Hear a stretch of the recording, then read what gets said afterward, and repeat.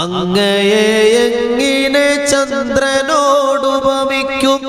തിങ്കളിൻ ചന്തവും തങ്ങളല്ലേ. അങ്ങകലെ കത്തി നിൽക്കുന്ന സൂര്യനും അവിടുത്തെ നൂറിൽ നിന്നൽപ്പമല്ലേ. സ്വർഗത്തിൻ സൗന്ദര്യം പോലും ഹബീബിന്റെ പരിശുദ്ധിയിൽ നിന്നൊരൽപ്പമല്ലേ. ഉപമിക്കാൻ പറ്റാത്തൊരത്ഭുതമേ, ഉപകാരമായി മാത്രം വന്ന മീമേ. ഉപദേശമോ സലാമിൻ കലാമേ, ഉപലോകവും വാഴ്ത്തും നബി കരീമേ. ആ ഹബീബായ മുത്ത് നബി സല്ലല്ലാഹു അലൈഹി വസല്ലം തങ്ങളുടെ സ്നേഹപ്രപഞ്ചത്തിലേക്ക് ഒരു തീർത്ഥാടനം കൽബുകൊണ്ട് നടത്തുകയാണ് നമ്മൾ.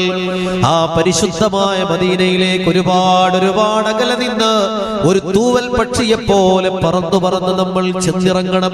ഈ പരിശുദ്ധമായ സദസ്സിൽ വെച്ചു തന്നെ നമ്മുടെ ശരീരം ഇവിടെയാണെങ്കിലും നമ്മുടെ കൽബുകൾ മദീനയിൽ പോകണം. സഹോദരങ്ങളെ, ജീവിതത്തിൽ എപ്പോഴെങ്കിലും പരിശുദ്ധമായ മദീനയൊന്നു കാണാൻ ഈ കണ്ണുകൾക്ക് ഭാഗ്യമുണ്ടോ എന്ന് അല്ലാഹുവിന് മാത്രമല്ലേ അറിയൂ. നമ്മൾ ഒരുപാട് തവണ അല്ലാഹുവിനോട് ദുആ ചെയ്യുന്നവരാണ്, മനസ്സിൽ വല്ലാതെ ആഗ്രഹിക്കുന്നവരാണ്. പടച്ചോനെ മദീനയൊന്ന് കാണിക്കണേ, മദീനയൊന്ന് കാണിക്കണേ എന്ന്. എന്നാൽ മദീന കാണാൻ ഈ കണ്ണുകൾക്ക് ഭാഗ്യമുണ്ടോ എന്നതിന് ഉത്തരം പറയാൻ അല്ലാഹുവിന് മാത്രമേ കഴിയൂ. നമ്മുടെ ജീവിതത്തിൽ എപ്പോഴെങ്കിലും ആ മദീനത്ത് എത്തിച്ചേരാൻ നമുക്ക് കഴിയുമോ എന്ന് ചോദിച്ചാൽ നമ്മുടെ കയ്യിൽ മറുപടിയില്ല. എന്നാൽ പ്രിയപ്പെട്ടവരെ, ഈ രാത്രിയിൽ തന്നെ ഈ സദസ്സിൽ വെച്ചു തന്നെ നമുക്ക് മദീന കാണാൻ കഴിയണം. നമ്മുടെ അകക്കണ്ണുകൊണ്ട് നമ്മുടെ മനസ്സിന്റെ കണ്ണാടിയിൽ മദീനയുടെ മനോഹരമായ ചിത്രം തെളിയണം. ഹബീബായ മുത്ത് നബി സല്ലല്ലാഹു അലൈഹി വസല്ലം തങ്ങളുടെ പരിശുദ്ധമായ സവിധത്തിൽ ഇങ്ങനെ ചെന്നു നിൽക്കുന്ന പോലെ നമ്മുടെ മനസ്സിങ്ങനെ മന്ത്രിക്കണം. അങ്ങകലെ മദീന എന്ന മനോഹരമായ പൂവാടിയിൽ ഉഹദ് മലയെ തഴുകി തലോടി വരുന്ന മന്ദമാര് തന്നെ തണുപ്പേറ്റ് നമ്മുടെ ആത്മാവ് പുളകമണിയണം. സ്വലാത്തിന്റെ സുഗന്ധത്തോണിയിലേറി മദീനയിലേക്ക് നമുക്കൊരു യാത്ര പോവണം.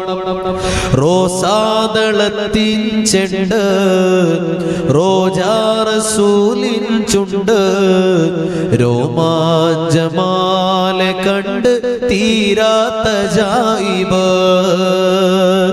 റോസാദളത്തിൻ ചെണ്ട്, റോജാ റസൂലിൻ ചുണ്ട്, രോമാഞ്ചമാല കണ്ട് തീരാത്ത ജായിബ്.